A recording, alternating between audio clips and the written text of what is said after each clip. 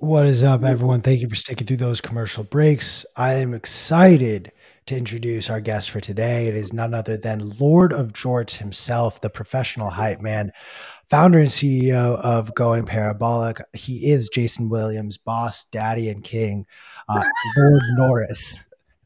What is up, my guy? You know what? Just end the show after that. That's awesome. Oh man, like in all honesty, I am fucking around a little bit, but not wholeheartedly when I gave you that introduction. But how would you? What did I miss? How would you describe yourself? I don't think you missed much other than like me being better looking than you.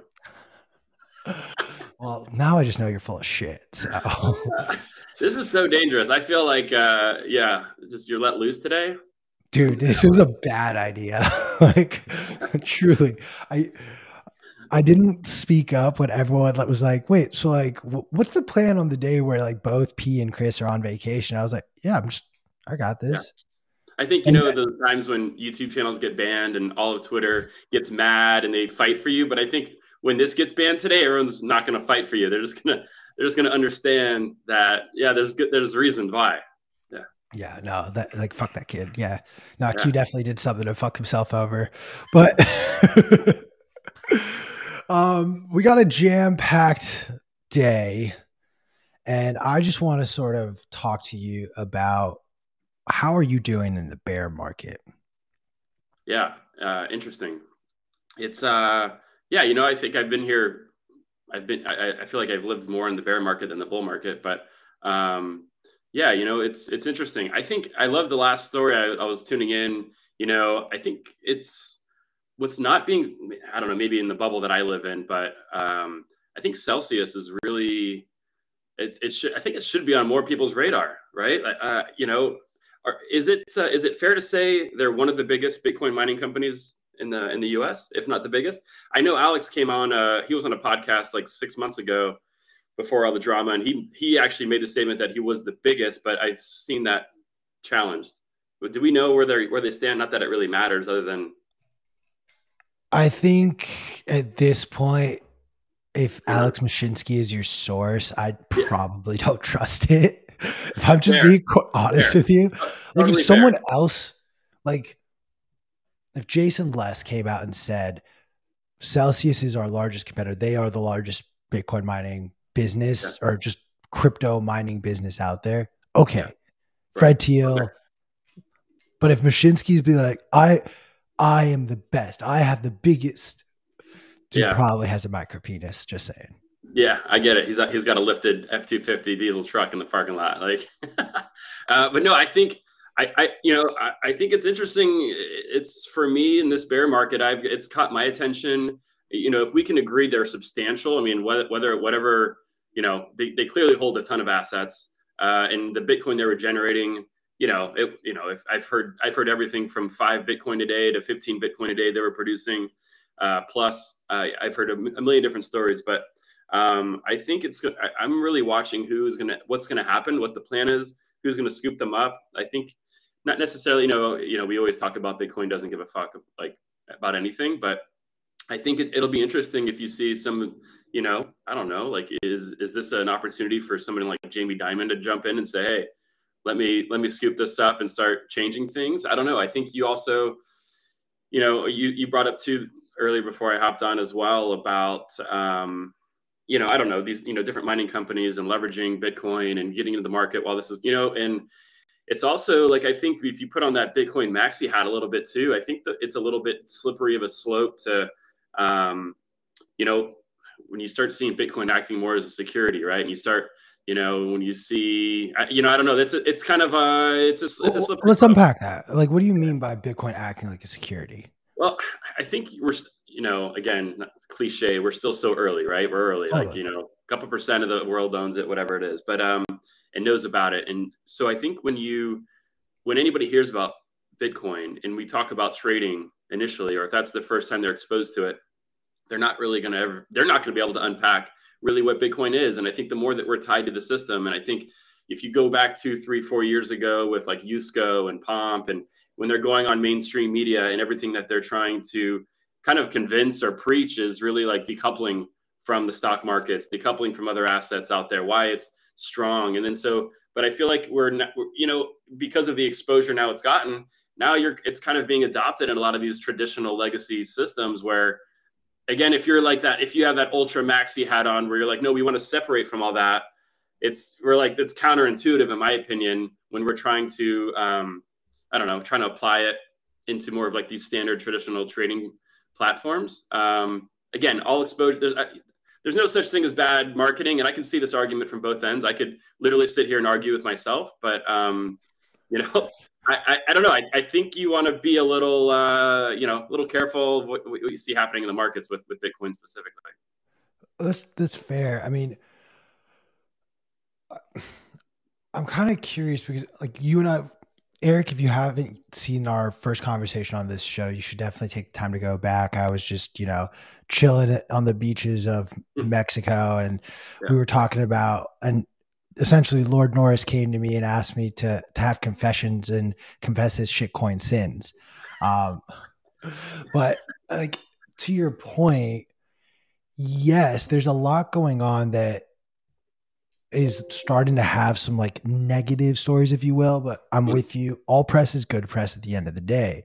Right. But when we watch things like the SEC go after Coinbase and then listing 10 different altcoins, shitcoins as securities, or now you have the DOJ going after Tornado Cash and more or less Ethereum. And then you're starting to realize like, okay, they are going after these things that at least Bitcoin maxis have been saying these are unregistered securities.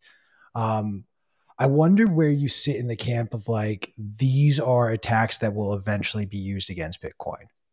Yeah. I mean, I think for sure, obviously, you know, look, it's easy to say as an American citizen, right? The government is slowly, however, trying to take more control and regulate against that. Right. And I think the beautiful part is you have some Bitcoiners that are, you know, in the political space they're seeing the corruption, they're seeing, right, everything that we already know, the manipulation and stuff like that with our dollars and things like that. So, but at the end of the day, right, you know, the big league wins, the big guys are going to win. And, you know, regulation is going to come in. And I don't think a lot of these lawmakers understand the impact and the potential impact that Bitcoin can have truly at the end of the day, separating from everything that they are built on, funded by, run, managed, and so on. So yeah, I mean, I think you're exactly right. When you see Bitcoin tied to those top 10 cryptos on Fox Business, right? It's like, oh, geez. And then I'm trying to convince somebody on the street, I'm trying to orange pill them and tell them like, look, stop thinking about that. You know, stop when you turn on the news, right? You're assuming that's reality. And it's not, so it does make it very tough. But I think to your point, I think at that point, it makes it very easy to regulate. And I think the more that, right, that's coupled with all the shit coins, and that's the news and that's the message. And then it's traded like shit coins, and then it's leveraged against like shit coins. And we're pushing for these companies to go, right, whether we're pushing or not, they're going to go public. You know, anybody's going to go out, you know, if you're a mining company, somebody strokes you a check for $100 million and they create this whole package to go public. Guess what? 9 out of 10 dudes, no matter how personal sovereignty they are, they're like, you know what, that's cool, but that $100 million check is even cooler, right? So it's, as much as we want to say, you know, we're all good people until somebody strokes a big check for the most part. But anyways, yeah, so I don't know, I think that's kind of my take on it. No, that's fair. I mean, look, I'm just going to sound like a broken record to people who've been watching this show consistently, but like, this is not a cause for celebration. This is not a win for Bitcoin with these type of state attacks. It's going to be interesting, I think, over the next 2, possibly 3 years to see sort of what else gets developed. I mean, we have a midterm election. You're seeing different senators really start to run, advocate, and talk about Bitcoin on the political stage. I'm saving the full blown politics talk for later in the show. Once I loosen him up, once I loosen Lord Norris up, we'll dive into the politics of it all. But like Bitcoin on the political stage, at a certain point, like it becomes a mainstream enough issue because the voter base is large enough. Where, like, what are your feelings? Are there any politicians who talk on Bitcoin and crypto that you're paying attention to what they do or say, or do you just not care about any of them? I love what like CJ and the guys at the BTC Coalition are doing. I think they're awesome, and I've been a part and I've brought politicians to them, to have conversations. God, though, in reality, like just in full transparency, man, I think people jump on the train to try to, they're trying to get, if they can gain another 5% of votes, right? Like it's tough. And and as a Bitcoiner, you want them talking about it. The other side, they're like, okay, if I talk about it, I'll get more votes, and done deal. It's a win-win kind of thing. But at the end of the day, I don't know. And that's why I love what the BTC coalition is doing, in that sense of arming these politicians who are interested with information. Now, whether they digest that, whether that's something they're going to live, breathe, I don't know. It's tough. I try to live extremely open-minded. And I also understand, though, that the system, we need to decouple ourselves from the system. So that's more of the camp that I stand on. So when we talk about, right, markets and securities, and we talk about politicians in those camps, I want to zoom out, right? Like, my rant is, the way I look at this, and I've told kind of a lot of people like this is, as a society here, we are basically like in an NFL stadium, and you've got red and blue teams in the field. You've got everybody in the stands who are fighting with each other. They're passionate about their one team. They're killing each other, you name it. And over above, you've got the NFL, you got the league, right? Who's like, hey, this is a puppet show. We're going to, we're going to control, we're going to make the rules. We're going to figure out how everyone's paid, all this, right? And so, but nobody's looking up at the league like, hey, we're all being duped and everything. So, in the same sense of, you've got these team leaders, you've got the, which I would consider politicians. They're all fighting for the system, right? That we understand is broken. So when we get down in those trenches of that, I don't know. I think it's a guise. Like, I think they want to throw the Bitcoin flag, but you could argue, if you're a politician and really throwing the Bitcoin flag, you should fight against the party you're probably tied to. That's bold. Like, and I see Bitcoin, I see a lot of folks on Twitter, these, different influencers and things, and they're jumping on these camps, and they're yelling at other camps and other sides. And I'm like, guys, this is really against everything that you believe in, if Bitcoin is the foundation and the solution to all of our problems in this world. So I don't know. That's where I get a little on edge when we talk about, like, who we're tracking and what we're pushing. Like, man, that's for me. Like, yeah, personal freedoms, freedom, money, sovereignty, like all those things. You can't have that if you're pushing for one team on the field. I wholeheartedly agree with you, where I think I've been really stuck, and I really appreciate and I'm grateful for our friendship. I've reached out to you numerous times in the past where like I've just said point blank, hey, I know we see fully opposite sides of one issue, but like, can I just like hear your perspective? And I'm grateful that you've shared it with me. And I'm kind of like, look, I've admit this, Bitcoin Twitter, Bitcoiners can cancel me. I always welcome that. Like, I voted for Bernie twice in a row. Like that is sort of the type of person that I've been in the past. I also am the type of person that now can recognize and say, oh, Bernie Sanders is dope. He is the best of them, but his policies couldn't work. Like, I've made my peace with that. What I am curious your thoughts are is, when we do reach this point of hyper Bitcoinization, and Bitcoin is a widely accepted currency. We have that slogan of Bitcoin is for enemies. Mm. We talk about sovereignty and that being what Bitcoin provides, but is there not the potential for a statist class to also be using Bitcoin and have access to it? Because if Bitcoin is for enemies, it is also for those who don't agree with being a sovereign individual. Whether or not they're right or wrong, that's not for me to decide. I just feel like if that is the way they choose, and I'm curious if and how Bitcoiners, like, how would you feel if the US government started to turn around and saying, look, we now adopt, like, Bitcoin is legal tender. You can use it, but we are going to see all these transactions that happen on US soil with Bitcoin.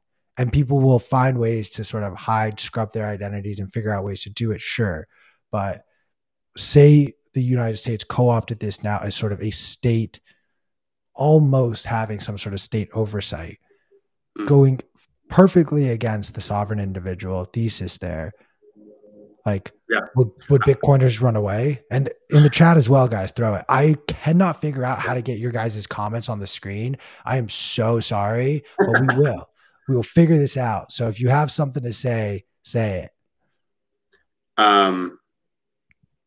Yeah, I think it's a really good question, and I'd definitely be open to hearing a lot of people takes on it. Like, so, I mean, I think for me, my personal take, and it could be ignorant, but it's just kind of my feeling on it, is that I think we thrive with Bitcoin as maintaining as an alternative asset class. I think the more in the U.S., the more we want to adopt it as tender, I think the more regulation that comes with that, right? So the more they're going to have their hands on it. I mean, shoot, who knows? FBI. I mean, what you saw, like FBI may own more Bitcoin than anybody in the world. Who knows? So it's like, what do we really know? They could be the biggest holder of Bitcoin right now, and so they could be very pro, right, Bitcoin in that way, and they also may be against it, right? I don't know. I think in the U.S., becoming legal tender, they're going to freaking tax the hell out of it. They're going to, everything is going to be pushed for KYC, and I don't know. I just I like it better as an American, as I build my wealth through the rest of my life, having it as an alternative asset class that where there isn't the focus of regulation, where I can store money safely outside of the system, where I know I have the ability to jump ship and go to Fiji if I want to and live in a tent for the rest of my life. I don't know. So that's kind of my take. I'm really scared of it becoming or getting pushed for legal tender, and I know that doesn't probably align with most Bitcoiners. No, that's fair. I mean, I'm of the camp where I'm like, yo, guys, let's not do anything for a little bit with Bitcoin so that I can like grow my stack. Yeah. And then when I feel like my stack is enough, then we can go to the moon. Yeah, just send a message out like, yeah, hey, Joe. All right, cool. We're good now. Don't do anything for at least 18 more months. Well, that's exactly, but that's like to my point though, right? Like, let's chill. I'd rather Bitcoin be behind the scenes more or less. And let's not put this on billboards everywhere. Like, hey, listen, the best alternative to your US dollar. Like, you know what I mean?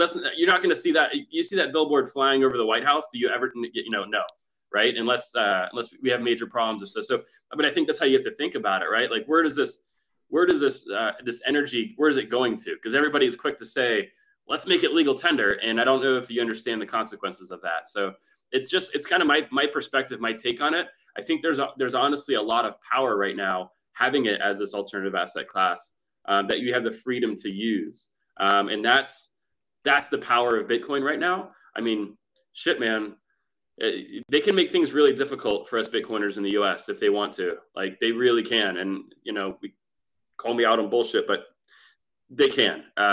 So I mean, I enjoy the freedom now, and I'd rather have that than perhaps easier use of, going to an ATM. Like, I don't know, make it a little more difficult for me to access, make it a little bit more challenging for me to hold, but don't freaking tax me 80% on it, right? Like, let's stay away from that. And I think that's the road you're going down, right? Like, that's the slip and slide in the back of the house that leads into the lake of shit. Like, let's keep pushing for this, but guys, you're literally driving off a cliff right now if you're not careful. So I don't know. No, I'm with you on that. I mean, these covert state attacks are slowly and surely happening. I had the great opportunity to read a white paper that's going to be submitted to Congress by BPI, and we're going to have the authors or the author of it on the show. But one of the points they brought up is how, you have on one side of the spectrum, China, which is like the most authoritarian state in the world. And then like sort of how they've grown their GDP through that. But then on the other end of that spectrum, you sort of have the freedom of America and what that has afforded and the growth that has provided. But then it highlights how throughout Xi Jinping's sort of career, he has really put forward oversight and like become almost a big brother, like the literal big brother in China, and how a CBDC would essentially be exactly that. It would be the most oversight a government could ever have over its citizens' monies. But it's not just the People's Bank of China that's working on this, it's the Federal Reserve as well. And I forget the exact number. I want to say it was 92% of all the banks involved in this CBDC research, that both the Bank of China and the Federal Reserve are part of. There are other banks doing this research. 92% of the wealth in the world is involved in these banks that are all working together to make a CBDC. So it begs the question of, they just really want to like have this insane control over everyone. So like I don't think you're being hyperbolic when you say like they can make our lives more difficult, and they eventually will. Yeah. I mean, they like, history doesn't repeat itself, but it does rhyme. And historically speaking, like the state has made life harder for citizens that they don't agree with. You can literally this year look north of the border to Canada for that exact example. A bunch of people said stuff that Justin Trudeau didn't like, didn't agree with. And what did he do? He made them like outlaws, essentially. Shut off their fucking bank accounts. So like, what do you like? I'm curious though, like in your world, because I know you actually are, you know, you're on Twitter, but you also live in the real world. Unlike I think the majority of people on Twitter. But do you like? I don't. It's mind blowing to me, like just the people I'm around. It could be a random bar, wherever it may be, like who, and they could be really educated folks, but when it comes to CBDC, like they don't, like nobody knows anything, and they're not like concerned about it. It's wild. I meant to bring it up, but like 2 days ago, my mom actually texted me, and my mom will like read a story, and she literally will go like on exile herself because she's so scared kind of person. But you know, she's sending me links to like, oh my God, have you heard about this? And I'm like, yeah, Mom, I've been telling you about this for like the last like 2 years. You haven't really listened to me, but some dude writes some letter on the Guardian, and you're like, oh my God, I don't know. But anyways, I guess what I'm getting at, like, when you meet random people, when you're talking to them, like,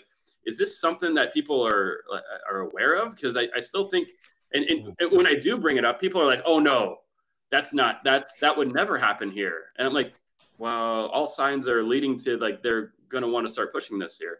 And you saw the note from the Federal Reserve, like we're researching it and all these things. Like, I'm kind of lost. And maybe it's because I'm in the Bitcoin bubble world that I know about this. And I've heard about Mark Yusko screaming about it for the last couple of years. But I don't know. Is that something that you hear of? Like specific to CBDCs? Yeah. Yeah. Like, are people know about like what happened in the Bank of Ukraine when people are like, hey, they're fleeing and they're like, yeah, okay, well, cool. Here's like $1,000 and this is the most you can withdraw and, you know, have a great life in a different world. Like that should scare the hell out of everybody. Everyone. No, absolutely. I mean, specific to CBDCs with my normie friends, like absolutely not. Like when I still have a lot of ties to normie land, if I'm being quite honest with you. And like, it's like split. Half of my friends literally won't stop asking me about like Bitcoin or crypto related questions. And then the other half just like have no interest whatsoever in like having those type of conversations with me. And it's interesting because like some of their responses are like, I don't care to know or understand that. And ignorance is bliss kind of thing. Like it truly is like actually on that. Like I had one of my very good friends from college like ask me, is like, do you feel like worse, like knowing the things that you know, like seeing and connecting the dots that you do, not necessarily saying that like this is what will pass, but seeing the potential calamities. And I mean, it is nerve wracking, but at a certain point, some things just aren't like, I can't stop if the governments want to roll out a CBDC. I can choose whether or not I interact with that technology and how I interact with that technology. But like worrying myself over they're going to introduce this state controlled monetary surveillance tech, ultimately, no, I don't. It's out of my control. Like I've gotten really good about that. That's something I'm really proud of at 29 years Basically, old. like walking into that like nasty club at night, you're like, I could get herpes walking in this club, but I'm not going to participate, kind of thing. I I mean, when you want to say it like that, like yeah, like I see, literally I could see it, and I'm like, nope. Stay uh, strong. Stay strong. yeah. Um, it it's also interesting to me, just you know, some of the bullshit narratives that people are buying too, because Mm, it's not even that they're understanding that CBDCs are surveillance. Like truly, all a CBDC is yeah. state run money that they can see every transaction in real time. And I think actually, I forgot to bring this point up. I think there's another thing where, again, where it comes to my normie friends, like I come from a privileged background. I don't know any of my friends who don't have a bank account. Mm, Almost all of my friends have a credit card. Like we've KYC'd ourselves by having these accounts in the ways that we do. And there is a degree in which I think if you were to explain, like I can think of like two or three of my friends off the top of my head where if I were to just like go down this rabbit hole of a CBDC with them, they'd be like, right, but like if the government wanted to know what I'm spending all my money on, like they can just subpoena Bank of America and right. whatever bank or like whatever bank I bank with and whatever credit card I use, like a Discover card or Capital One or whatever. Like they could just reach out to these businesses and subpoena, and they'd get that same information with the exception of those cash transactions. But it's that at least step of friction that exists right now versus like, no, there's now going to just be someone with a government job. So think a DMV worker who is going to be watching what you spend your money on. And if you spend your money at the wrong time of day, go to the Yeah. wrong place, spend it on the wrong thing, or this guy just, I don't know, slips on his fucking keyboard accidentally, like now all of a sudden, like your wallet's shut down. Yeah. And again, my expectations is if this gets rolled out, the quality of workers in this department are akin to the DMV. So imagine now, instead of having to call like a bank where customer service is actually a part of how these banks compete with one another, now all of a sudden you have the government that doesn't care because they are everyone's bank. Everyone's got to use them. Imagine getting locked out on accident. Like truly just an accident. Someone pressed the wrong button Yeah. and you do not have access to your money because it's state run money. But like you've got to wait in like a DMV-esque line almost to get your uh wallet unlocked. That's a scary Yeah. proposition. It is. And, you know, I think you don't, yeah, until you have that feeling, until you ever felt that. I mean, literally, like real life, yesterday, my PayPal account was hacked. Two-factor authorization, everything hacked. They created a business profile. They added two credit cards. They still wired money out of my checking account that I had tied to it. And that feeling of getting those emails, it's just like being SIM swap, basically. And this was happening literally yesterday morning. I'm getting these email notifications like address changed, name changed, account like profile changed, and then I got those emails, and then it said payment sent, payment sent, payment sent. I got 5 payments, and I'm getting this in live time, and I'm trying to get in, and oh my god, like uh, the good news is PayPal, as of last night, they refunded me all the money, but when you're seeing that and you lose access to your money, and then your whole bank account is at risk, that is an anxiety that most 99% of people haven't felt that before, right? Like, and I think if you take that parallel to CBDC, right? If you go early of COVID, right? I tried to go to the bank. I was buying a car. I needed a cashier's check. They're like, we're closed, appointments only, and we're booked for the next 3 weeks. I'm like, what are you talking about? You have my money. Like, I need to get a check for it, right? And so I think when people start experiencing that a little bit, and then you say, look, this is the model of CBDC that can basically, like you said, like you're gonna have control over the decisions you make with your money. Like, I don't know if people really understand that. So that's a big thing that I love talking about because it is the perfect segue right now. It's such a great conversation piece to Orange Pill people, family members, everything. Like, if you don't understand Bitcoin, understand the problem first, right? And then it's an easy solution, easy answer.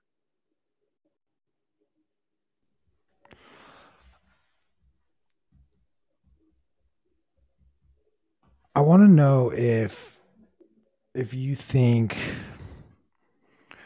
like, what do you think of Vitalik? What do you think of Ooh. crypto founders in general, but more specifically Vitalik? I'm probably on the fence. Um, Obviously a huge impact, right? Like you can't, I mean, I respect success of anyone, right? And he's clearly made a huge impact. Now the paths he's taken, in some ways I don't know, man. Is there something specifically that you're trolling for? Or yeah. No. Like Um, genuinely curious. Like, I mean, I think he is like, I'm slowly buying into this narrative that I've created myself, and I want to start the rumor of that he's like a Vladimir Putin puppet, hmm. and that he secretly is like a deep agent for Russia and the KGB. Yeah, you never know, right? I mean, but the guy's got extreme power right now. And yeah, yeah. I think when we go back to, I think the foundation of everything, if it's decentralization, if that's the key in freedom. I mean, you're talking about a dude that has a lot of centralized power, right? And now these smart contracts, everything that he's doing, everything that it's everywhere that's implemented, he's got a ton of power. And I mean, I think there's been a lot of potential disruptors come in the market, but I don't know if anybody's made a stronger case, and nobody's really, I feel, taken market share from it. So that speaks volumes in itself, right? If you put all everything else, gossip aside, whatever, but real world utility, I mean, I don't know what the current volume is a day, but Jesus, dude, you got a guy that's an absolute powerhouse. But the guy's got control over the code, right? Well, that's my whole issue is, and I've yet to get an answer that I think justifies this. So I hate Jerome Powell. I think he's just a bozo. Like, he was put in a no-win situation, sure, but I think he sucks. Federal Reserve sucks, should be abolished. I kind of feel like when you launch a new cryptocurrency, Mm-hmm. and we'll keep picking on Ethereum and Vitalik, Yeah. but all you've done, like the Ethereum Foundation, in my opinion, now is just the Federal Reserve for Ethereum. And Vitalik, in essence, is just Jerome Powell. Yeah. With like more power and control, to be quite honest with you. So I just don't understand. And there could just be the potential that some of these people don't really understand and don't agree with the idea of abolishing the Fed, or don't see the necessity of doing things like that. Yeah. And if that's the case, that's the case. Like, that's a whole separate discussion. Yeah. But if that's what you believe in and that's what you want to push for, I'm curious as to why you would then just want to replace the Fed with potentially a worse version of it. Yeah, I can't argue that at all. Like I totally agree with you. I don't know. Yeah, it's I think the other side there too is, like, if you are a Fed, if you're the Feds, and if you're looking for other ways to transact, and I don't know. Anytime I think of the federal government, I don't think of honest transparency. And so, but I think if you're looking for lightweight speed and ways to perhaps, improve transactions, whether it's, I don't know. I don't have a really good answer on that necessarily, but I do agree with the fact that you're replacing one poor system with perhaps another system that's controlled by one central entity, in my opinion, that can be changed literally in 5 minutes from now, right? Like that's where the argument for Bitcoin comes in, and that's why I avoid that. But I mean, do I hold ETH? Sure, probably, because I have some transactions that I do and that require it, and that's the thing. Like, if they've created so many strings with Ethereum, it's hard to decouple yourself as a degenerate, Fair. I mean, I sometimes, like, I was shamed on this show and throughout Bitcoin Magazine conversation so much that I did eventually sell all my ETH stack. So I have nothing but corn. And actually, that's not true. I lost it all in a boating accident. True story. But like, I just feel like there's a lot of nonsense built on top of ETH that Mm, when the nonsense goes and then all the value propositions that maybe do stick around are yep. then quickly recognized to require something like proof of work. And then all of a sudden it's like, well, where can we go to build this on proof of work? We'll just go build this on Bitcoin. That that's just one man's opinion. If I'm so spot on and accurate with that, like Yeah. honestly, I should buy a lottery ticket. My buddy told me last night we were going through like all of my close calls with like COVID, where like I was in situations where everyone around me ended up getting COVID, and I just would never test positive, and I've never tested positive for COVID. Yeah. And You can't we test talk. positive if you don't get tested. This is true. This is very true. But I did get tested. I live with my older parents. I do want to see their grandchildren one day. Um, but they my buddy put it like this. He was like, dude, the amount of close calls you've had and the odds of you just having never gotten it, like you might as well just go buy a fucking lottery ticket with those odds. Yeah, really. But I want to take a question from the chat because it has me cracking up. Okay. I can't pull it up on the screen, but I will read it and I will preface this. So if you don't know Lord Norris, like Uh-oh. you should give Lord Norris a follow on Twitter. He is arguably one of the funniest shit posters out there. Dude. Um, Also, if you are a single guy and need advice on like how to talk to and date women, like Eric, how many girlfriends do you have right now? What hour is it? It's 2 o'clock. So no. I just make claims to all of them until they give in. Like that's all. Like I'm just waiting for You one really to give in. do. It's honestly impressive. What was the other day? I saw Haley like sent a tweet being like, "Did you just break up with me via tweet?" And I was like, "Oh my god, I love this for him." Yeah, it's Um, a love-hate relationship. Definitely a lot more hate from More one hate. direction. The love only goes one way. I literally out, nothing comes back. Definitely not. Um, but from RDBTC, Oh how much God. you already Already. know. Yeah. How much Bitcoin does he need or she to attract wine moms? That's like an inside joke he's not allowed to bring out, but yeah. Well, it's That's just like, do I need more than one or less than one? no. You just need to get off zero. Get off. Ooh, Get off ooh, zero. I'm ooh. All crying. right. Yeah, if you and that's all you can say. Like wine moms don't care about how much Bitcoin you have. Like if you just own Bitcoin and you can go out to you know to the wine shop and you mentioned you're a Bitcoin holder. Bottles are coming. They're going to start flowing. Like Now, are these moms buying you the bottles or are you picking up the tab? absolutely, I have to buy. Damn. It's not. These wine moms they're smart. They've evolved. They're very smart. I'm gonna put you on the spot. I want to hear your most absurd date story ever. Oh my gosh. This is you got it. All right. I'll share if you share. Absolutely. I will absolutely share. Absurd, huh? Hmm. Would you like? I don't want to. Yeah. Like Like with Natalie or let's laugh. Haley. No, I'm just No, kidding. let's laugh. I want it to be a funny story, not a sad story. I don't know if. Let me try to think here. Something that's won't get you banned. Um, uh, dude, I don't know. Laughing. I think they've all been pretty good. I think I'm pretty good at due diligence. I think, although it's there, I think there's points in every guy's life where you're really bored, and maybe it's like, okay, they have a heartbeat and they're showing me attention. I'll go out.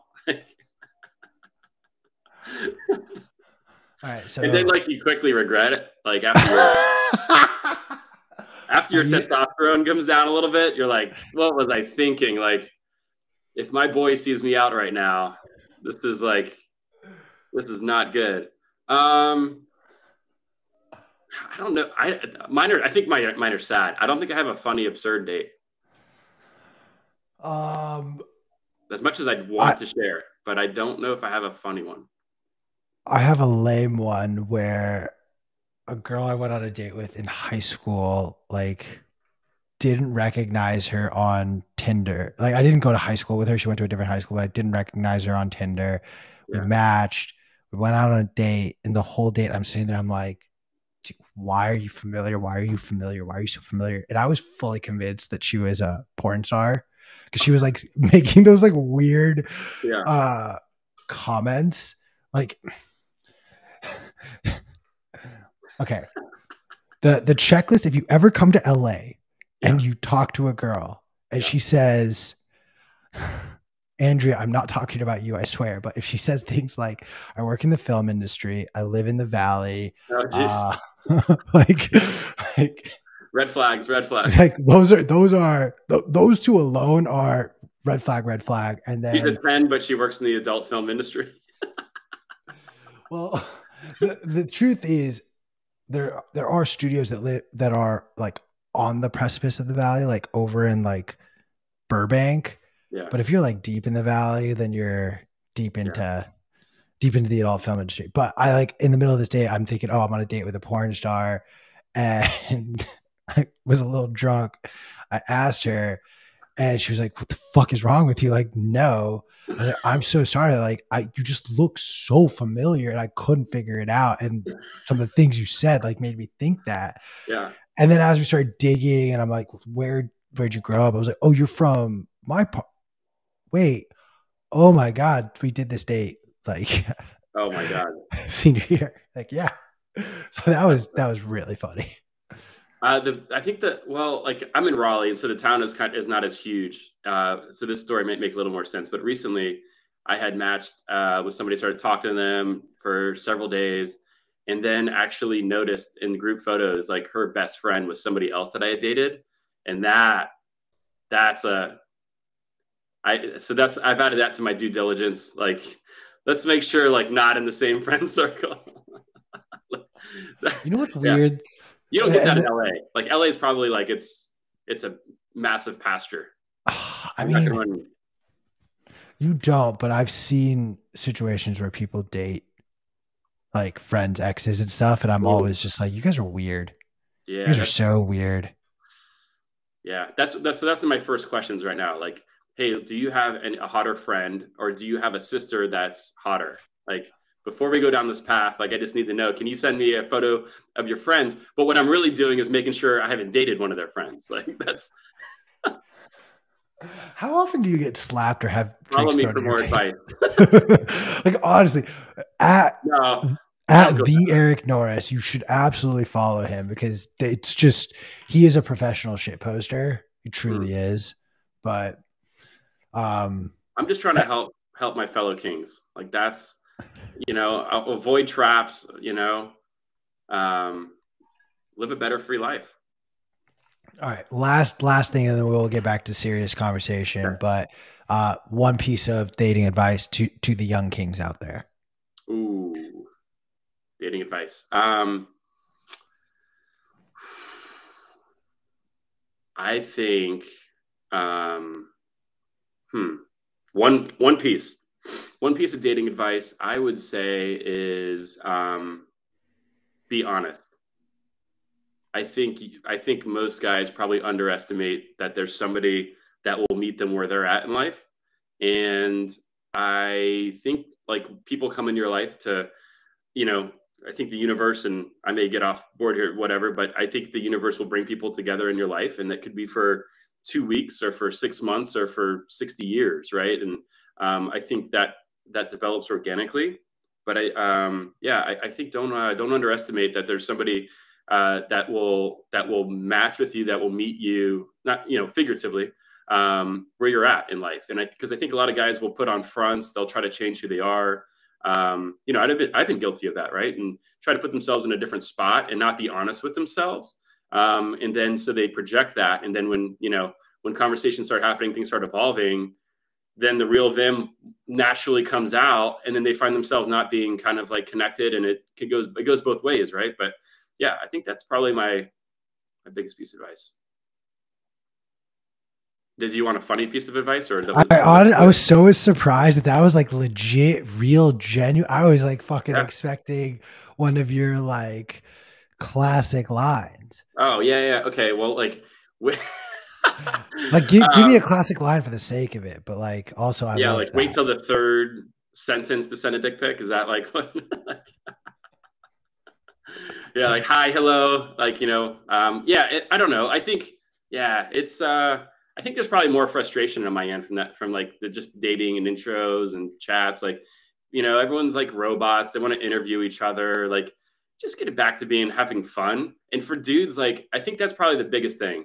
And I'm giving you a serious one again, but like at the end of the day, girls want to have fun. And I mean that like in all aspects, like just be fun. And like, don't worry about everything else. Like, just have a good time, be respectful, all that good stuff. Have fun. The basis, just have fun. Just make a girl laugh, guys. Yeah. There's no reason an ugly guy like me should be batting as high above my weight class as I am. I'm also assuming that your audience is straight. Like, we're saying guys and girls. So it's probably a good mix with your fans.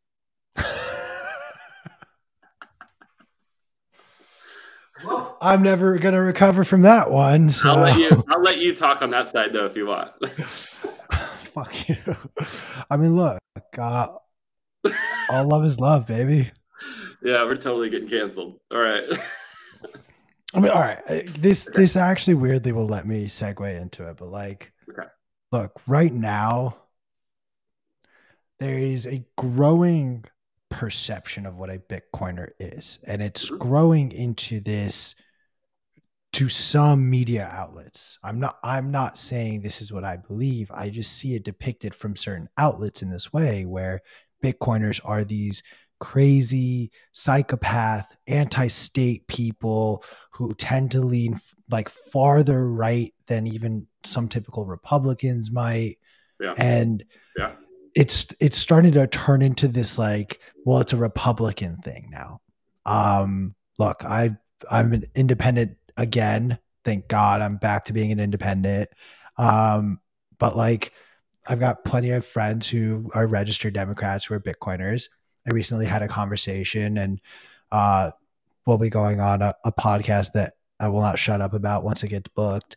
But like, the conversation I had was what I said earlier about how like I voted for Bernie Sanders. Like, I know that like Bitcoiners are gonna like revolt against me when they hear that.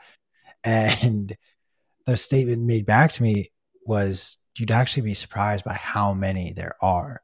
Like, there's actually a very silent majority of left and more left, more progressive minded Bitcoiners who don't fit that mold.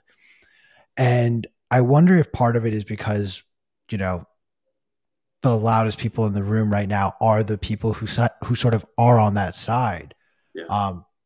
But as the title suggests, Bitcoin is for enemies. And even if it's someone who sees something on the opposite end of the political spectrum as you, they are just as entitled to Bitcoin as you are, and they can use Bitcoin just as you can. And I wonder if this polarization and the political spectrum that has now started to enter the Bitcoin space could actually be harmful for the adoption of Bitcoin. Maybe only in the short and medium term. Maybe in the long term, it's like Thanos, and Bitcoin is inevitable and everything just will bend the knee to Bitcoin. But in this sort of intermediary, as we transition to it, do you think something like the polarization of politics that has entered the Bitcoin space will be a factor to inhibit Bitcoin adoption? I think it'll grow adoption. I think it will grow regulation at the same time in that sense. Like, I think that's the fallback for that. And I think you're right. Like, I think the initial perception is, oh, you're a Bitcoin, like you are extreme anti-state.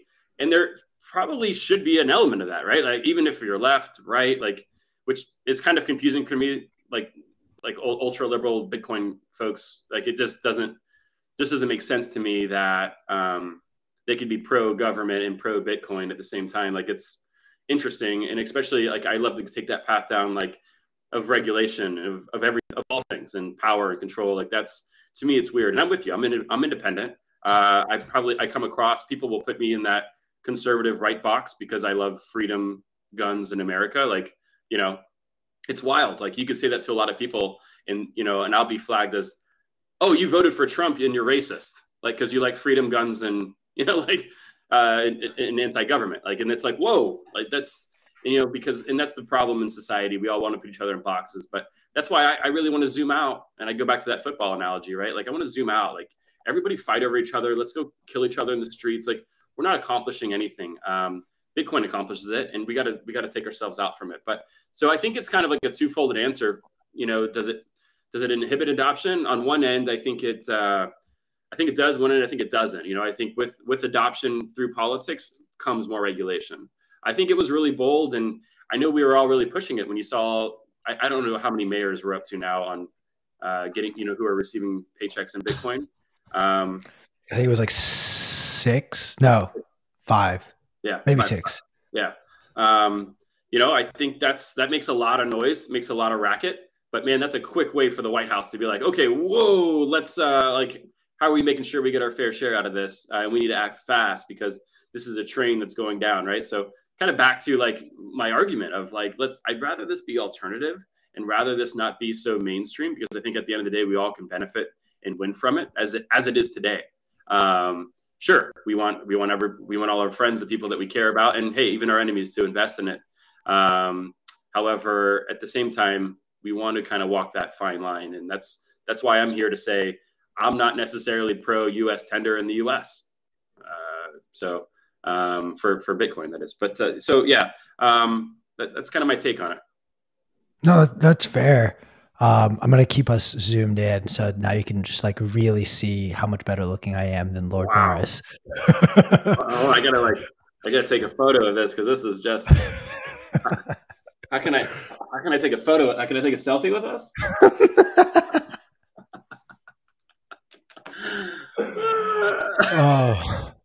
Oh, yeah. I mean, look, you're not wrong, and it's. I wish I had just the clip on hand, but I remember after the presidential election, there was a clip that came out of Kamala Harris entering wherever all the senators sit in that room, and she walks in, and Lindsey Graham, who I think is the most spineless snake out there, like Lindsey Graham is like the worst. Like, I hate Lindsey Graham more than I hate Ted Cruz, and I hate Nancy Pelosi. Like, that is the realm of people that I despise, is like the Nancy Pelosi's and the Lindsey Graham's, just spineless cuck. And they were like fist bumping and like, and I'm just sitting there like, oh, that's right. Cause they probably go to the same country club, or like they like have had dinners and lunches together. Like, they're in a different circle and club. And that's like, yeah, like, I'm with you. I went to the county here, the GOP event for North Carolina, and I was invited to. I was asked to run marketing for a congresswoman, and so I just went to kind of like I wanted to entrench myself in it, right? And I want to be open minded, and it's absolutely, that was probably one of the most eye opening events I've been to politically, as well as just. Dude, I walked away. So like, I walked away freaked out, just seeing how these politicians are all robots. Like, if you don't fall into their bullet points and their game plan, you will be excommunicated from the GOP.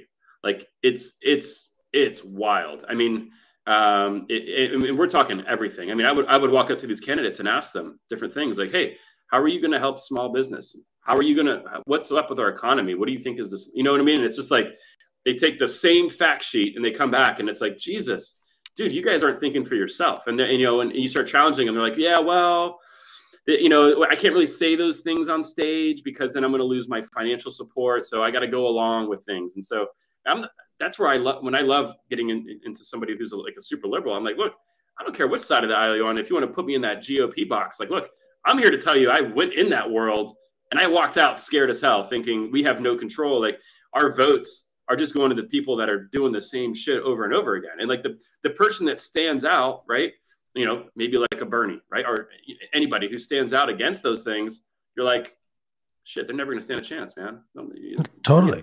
Bernie never I win. mean, He'll never win. to even like strengthen what you're talking about, there's an old saying that I remember a Republican friend of mine told me after the 2016 election, and it's Republican or Democrats fall in love and Republicans fall in line.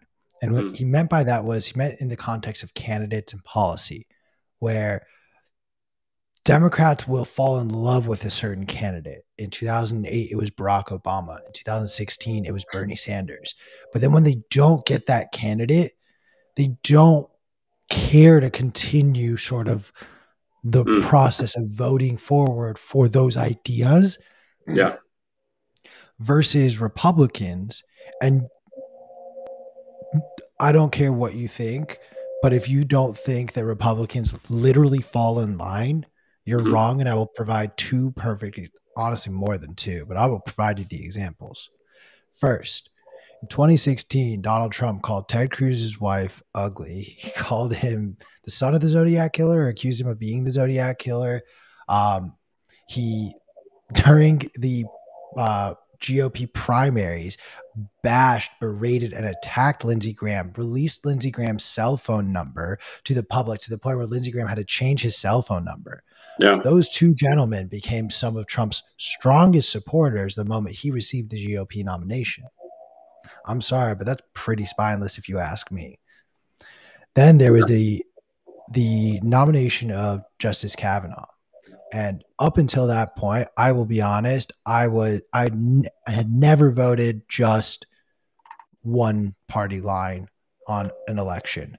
And Mm-hmm. I think the way I saw that handled and the people around me and the conversations that I had, it was a very disappointing system to just see, oh, all the Republicans just yet again fell in line.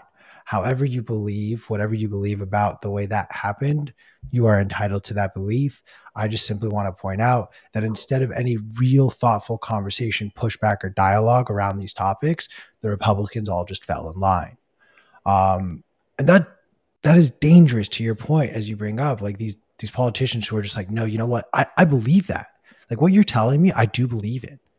Mm-hmm. But I will lose my job if I say those. That's a dangerous thing. Because now we're no longer putting forward people with values. We're simply propagating the ideas of people in powers that, like, I don't decide who's in charge of the GOP. I don't decide who's in charge of the DNC. Like, this is crazy. This is truly, it's gotten to a point where we've lost the plot. Well, I'm with you. I don't mean to cut you off too, but it's so powerful, especially when you see the way fundraising works, and for the people that are picked and the endorsements in today's world. It is God, dude, it's so bad. Like the candidates here in North Carolina that I was potentially going to go against, and I mean, it's when you see them get endorsements, like for example, I was very privy to Trump's endorsements, kind of here in the Southeast.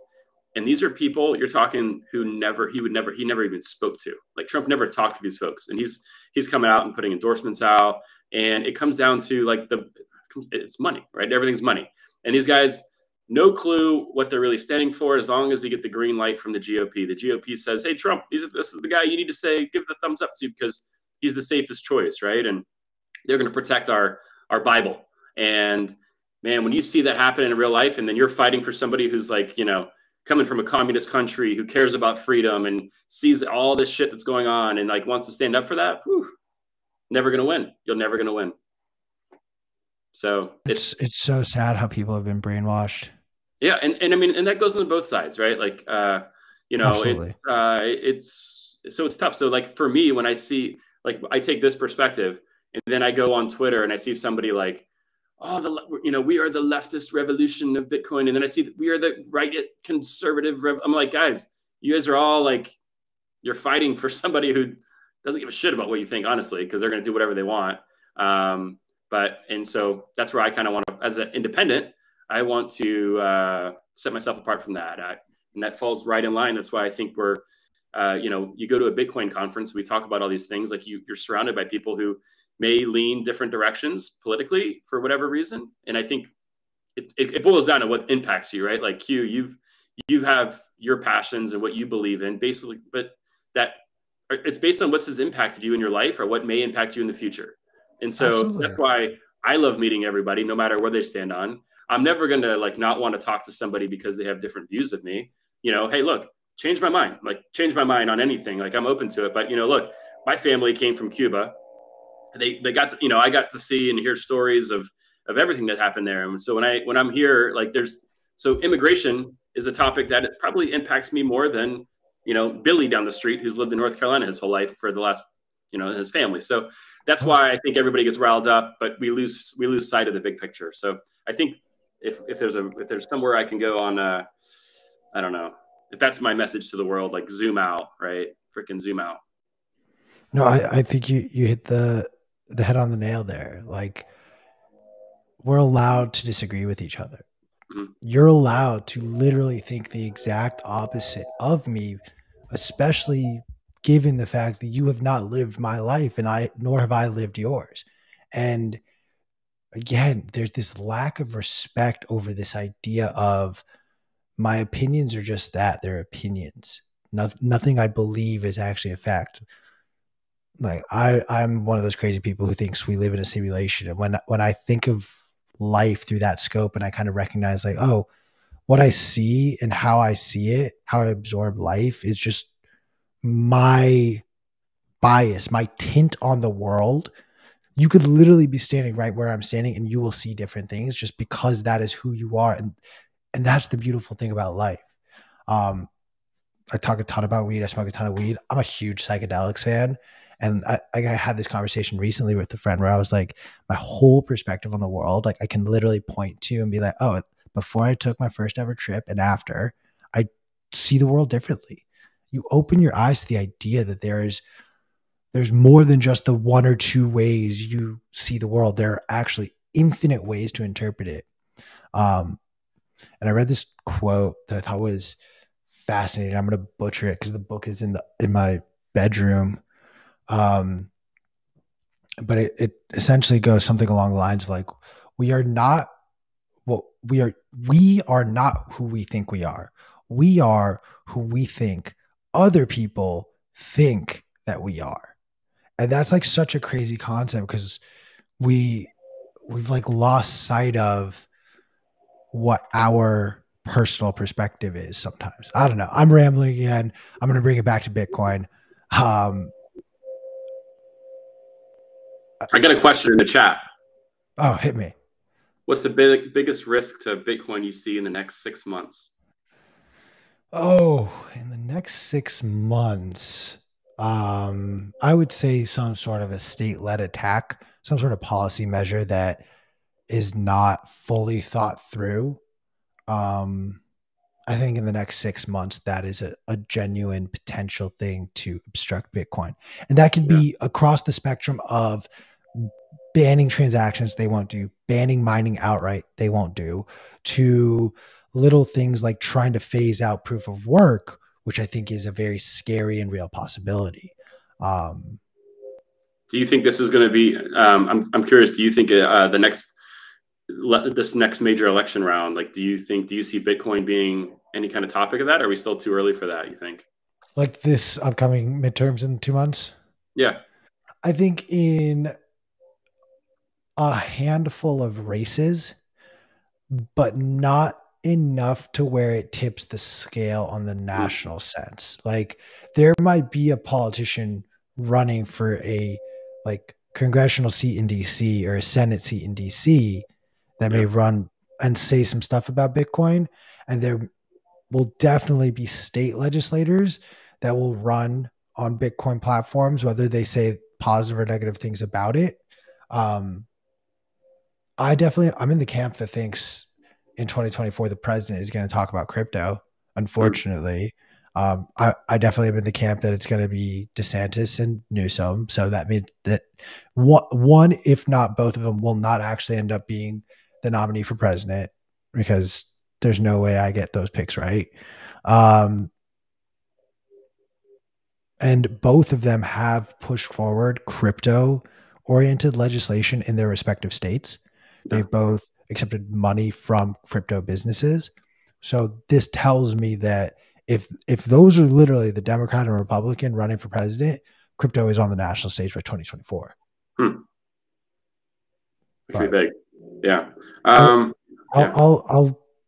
be really easy, lame and simple and just toss the questions right back to you of like next 6 months, what is the biggest thing that you worry about for Bitcoin? Yeah, I think it almost for me, it's like it's not necessarily Bitcoin itself. I think it's the market, right? I think the next 6 months is going to be, I'm really, I mean, everybody, right? And I think that's where I'm also really grateful and blessed to be in this like bubble of crazy Bitcoin world, because I think we get to stay ahead of the markets. I think most of the world didn't foresee like where we're at today going to happen, but anyways, I think the next 6 months, it's really overall the market, right? Like as much as we hate to say it, it's still correlated to the condition of everything, right? And supply chain, just our traditional trading markets and so on. So for me, it's it's all argued if we're living in a recession today, if we're not, if it's coming, what does that look for? But I don't think we've seen hardly any of the consequences from all the money printing, all the stuff going overseas yet, and supply chains truly be broken. And I think in the next 6 months, there's going to be a bit of a squeeze on that, and whatever happens to the market, Bitcoin's gonna, it's gonna have a short-term impact on it. How much that goes, I don't know. I kind of like in the back of my head spiraling around too is like what happens to these Bitcoin mining companies. A lot of them have been really hurt the last 12 months, as much as we want to, admit that, and they've gotten weakened. Like, there's layoffs and there's going out of business, and just look at what they're trading. It's taken the market's taken, yeah. And look, let's zoom out. This is a short-term blip in the radar, if we're talking the 10-year, 20-year span. But yeah, so I mean, I think we're still on that decline. And for, the way I look at it, the next 6 months is, I look at it as buying opportunities, really, for Bitcoin, and to be able to stack more. I don't think I'm still a little, I'm short-term, a little bearish on Bitcoin because of that. So the next 6 months, I think we'll see a little downward channel on it some.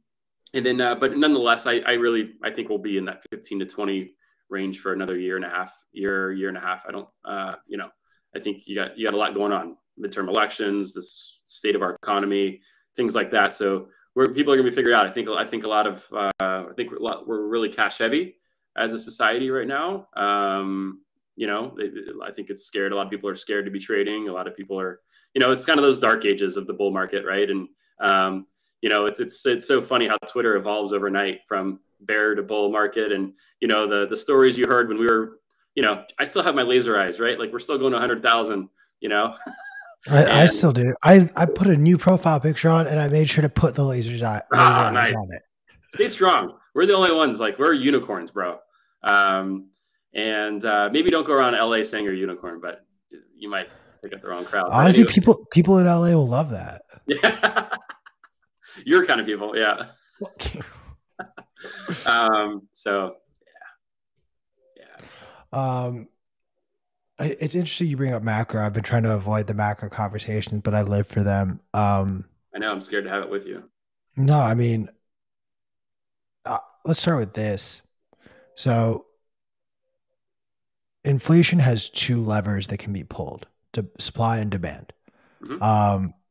I don't think personally that inflation is caused 100% by the demand increase. I do think there are supply chain issues, as you highlighted, we've heard about over 2 years.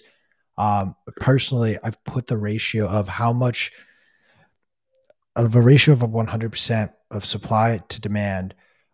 Personally, I'd say it's about 25% supply, 75% demand that has driven inflation. What would be your I'm just guesstimate. This is not like I've like done due diligence to like dive into like actually like numerically, like, no, I pulled those figures out of my ass because that's why it's 25 and 75. What is your best guess? What is your estimate? You're saying 75 supply? 75% of inflation is caused by demand, 25% being caused by supply. Yeah, I think I agree. I think I would agree with that. Yeah. Yeah, I like that. I could agree with that. Are there certain things that you're paying attention to, like price wise? Other Um, than obviously getting some Bitcoin for under sub 20K. Um, although again, not financial advice. Like we don't actually know, or like I have a thesis that I think Bitcoin will actually go below that, but remains to be yeah. seen. Do your own due diligence, do your own research. If you want to know where I'm deriving my thesis, go look up what Elliott waves are. It'll be really Mhm. helpful to help you map this out. Something I'm Um, watching outside of Bitcoin, or just like yeah, from the on the economy. Like, I mean, just because of um, what I do behind the scenes, like I definitely am. It, importation of goods, like that's you know, you talk, I know earlier you talked about Nvidia and right and chips and things like that, but it actually it's been on my radar since Trump's tariffs went into play, and the increase of shipping goods in here. I mean, I think that for me started a lot of it created a lot of challenges, right? So you're talking about something that took, you know, if you're shipping a pallet from China 4 years ago that used to cost you maybe $1,000, $1,200. You're looking at now with, you know, tariffs that are still into play, demand, shipping, inflation. You're talking something that used to cost $1,000 that's now $2,500. And that's real. We're real. This is real talk. And so you take that to small, medium-sized businesses in the U.S. Like that's a quick way to for inflation, right? And increase costs and services, and where people don't understand. They're like, you know, geez, anything and everything, right? Like you're talking about to paint your house used to cost, you know, you could get away with $2,000. It's $4,000 or $5,000 now. There's so many things. So for me, like I'm watching that, and I think come midterms, I'm really curious to see if, you know, what if this gets any attention, things like that. So yeah, that's a big deal. I think it impacts a lot of businesses that we don't know. I think you'll see some things pop up on the radar with, you know, boats sitting in the water that are waiting to port. And yeah, it's important to track. I don't know how much that is true. You know, when you see those 10,000 boats sitting at port off the U.S. coast, geez, I don't know. Take it at face value, I guess. But yeah, for me, that's when we talk about the economy and things coming in, it's a big concern for me. dude, Long Beach is literally like the port of Long Beach is a 25 minute drive from where I live in LA. And it was crazy during that period where the ships were just all over the Yeah, bay and in the ocean.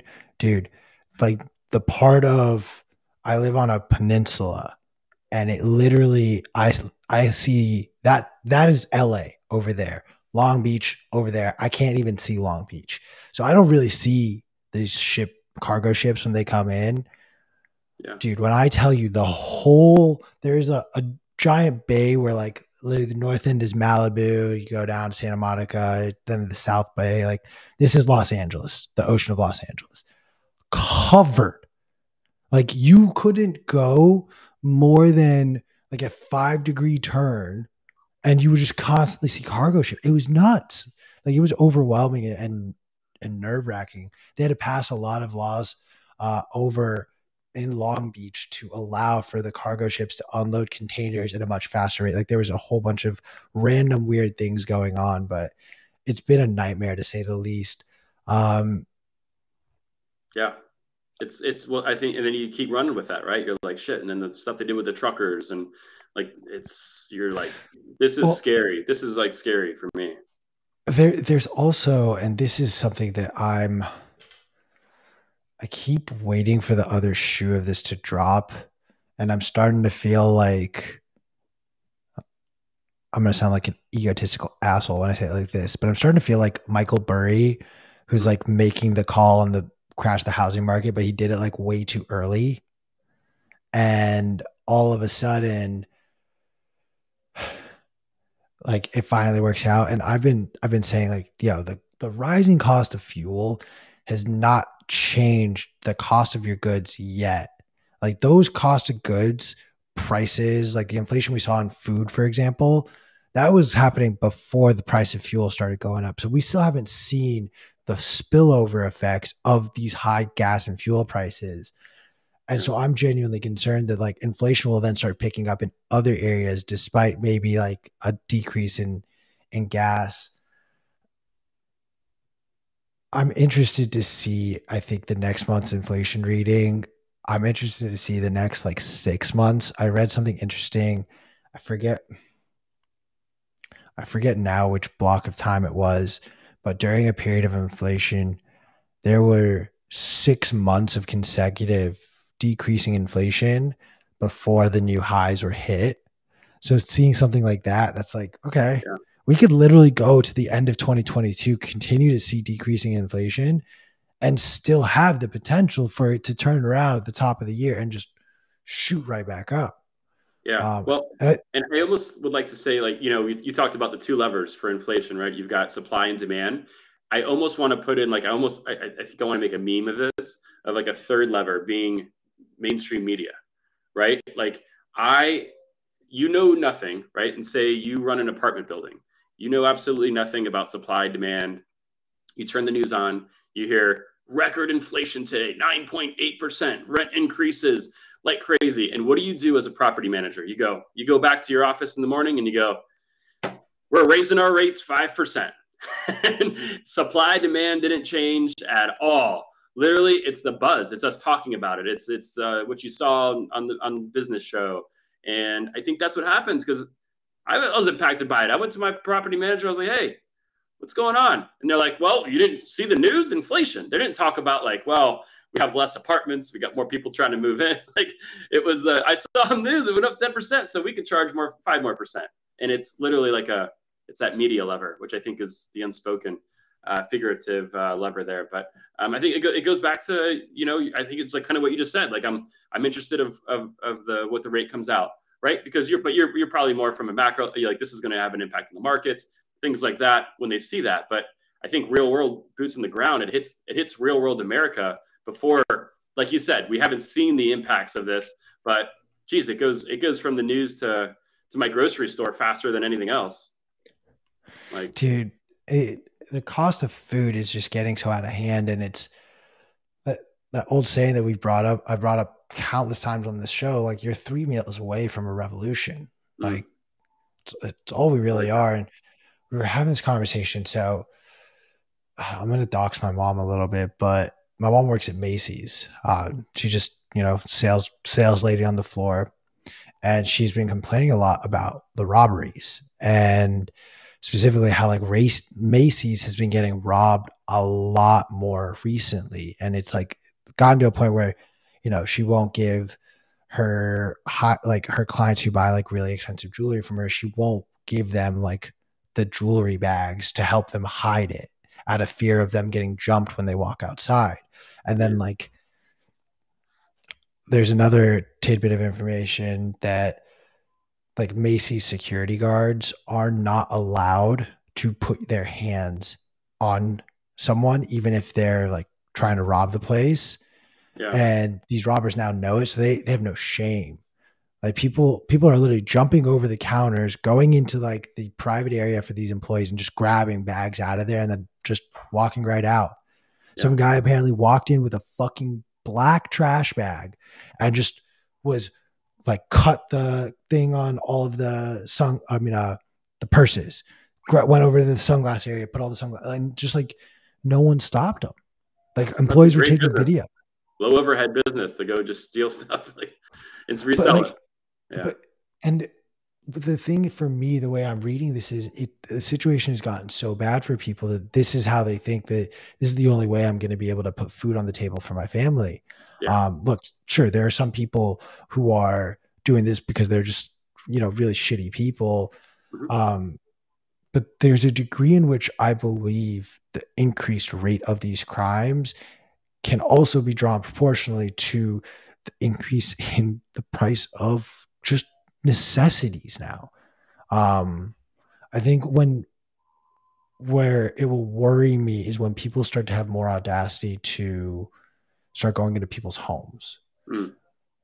I'm gonna be crass when I say it like this. Like, I do not support crime, robbery. I think it's stupid. Don't do it. Crime does not pay. Like, I'm a big believer in karma. But I also like my dad and I have had the conversation with my mom where it's like, do not get involved. Like, these aren't your things. Like, this is Macy's. Like, Macy's is going to be just fine. They have insurance on this. They will be just fine. But you do not need to get involved for the sake of your safety. And I hope all these businesses that, like, dude, the reports come out of LA a lot. Like, we see these things. Like, I see firsthand these stories of people just getting jumped, robbed all the time. But I think when we start seeing more reports of people breaking into other people's homes, that's when I think that's going to be the time for me that, like, we've really lost the plot, and it's gotten really difficult for people that's what they're measuring as the best source of an income. And part of it, and you know what, I'll say, like, I think all the stimulus is stupid. And I think people did get a little too accustomed to an unemployment check that, like, I will never forget when I first got laid off and I got my first unemployment check, and it was more than my salary as a full-time second-year agent. Yeah. It floored me that I was being paid that little. The money was, like, besides the point, though. Like, those little things, I think, ultimately will lead to more crime. But it's when the crime shifts from the businesses to the individuals. I do hope all these criminals end up just going and buying Bitcoin. That's right. Oh, that reminded me. It triggered me about how yesterday we had the conversation about Bitcoiners. Like, if you're a criminal, like, using Bitcoin is the stupidest thing you can do, in my opinion, because it's a public ledger. Right. I want to talk about the campaign financing that you actually brought up, because I've long actually believed that if on the political stage and even just our US government were to use Bitcoin, then we can at least see the transaction. We can see where this money is coming from and going out to. Whereas right now, it's the government that gets to control and dictate sort of whose transactions are going to be shared and what information about the transaction gets shared. Like, they control that. So when we ask them, like, hey, can we know, like, what happened to the $1 billion right after 9/11 that just disappeared? Like, we don't talk about that a whole lot. I actually think it was $1 trillion then. There was a very large number that was more than $1 billion, either a trillion. It was either $1 billion or $1 trillion, where the U.S. government just lost this money, and no one ever, like, had an answer of, like, where it went. Well, guess what solves that? Bitcoin. Bitcoin literally would be like, nope, you actually sent this money to, like, these accounts, and these accounts just turn out to be, oh, interesting. So I'm not going to go down those rabbit holes. We did the honestly, I don't really care. It's a Q show today, so we'll talk about whatever the fuck I want. Right. What is your favorite? I can tell you on that. Like, one of the challenges, like, because we were trying to accept Bitcoin for campaign that I was going to be a part of. I never officially did, but we had conversations, and one of the big challenges was if you're a donor, and say, for example, you donate $1,000, and Bitcoin is, you know, one Bitcoin is at $20,000. And at the end of the campaign, if Bitcoin is at $40,000, and that, you know, that $1,000 you donated is now worth $4,000, basically. I don't know if I did the math there. I don't, cancel me if I did, but so if your Bitcoin is increased in value that you donated at the initial time of your donation, and when the campaign is over, and if that politician were to return, you know, that's the question: what do you do with these funds now, right? And they're also fully tracked, right? So if you have everything tracked, that politician received $10 million in donations, and now you've got a ledger that shows you spent $7 million. What happens to that other $3 million? Today, in legacy world, that politician's buying a new house in LA, baby, looking at ships in the port. But if that's all in a ledger, and you've got a bunch of degenerates who will spend time making a Twitter thread of, like, every purchase this politician's made, and hey, where's the $3 million of that, you know, that money? Anyway, so that's one element of what happens. What do you do with that? I guess that, you know, that increase or even decrease, right? So, hey, I gave you $10,000, and now it's only worth $5,000. And now, so do I take the hit of that when the campaign's over? I don't know. And then also, you know, so there's a lot of things that make it difficult to accept Bitcoin as a politician. I think it's a business opportunity for somebody to figure out and be able to kind of hold, manage, and then distribute accordingly. But it's tricky a lot, you know, as much as I think Ted Cruz probably will go out next campaign. I think he currently maybe accepts Bitcoin, but it's going to be, I think the risk is on the politician as well. Because what happens if your campaign fund goes down 40% in a week? Like, that's hard to operate on.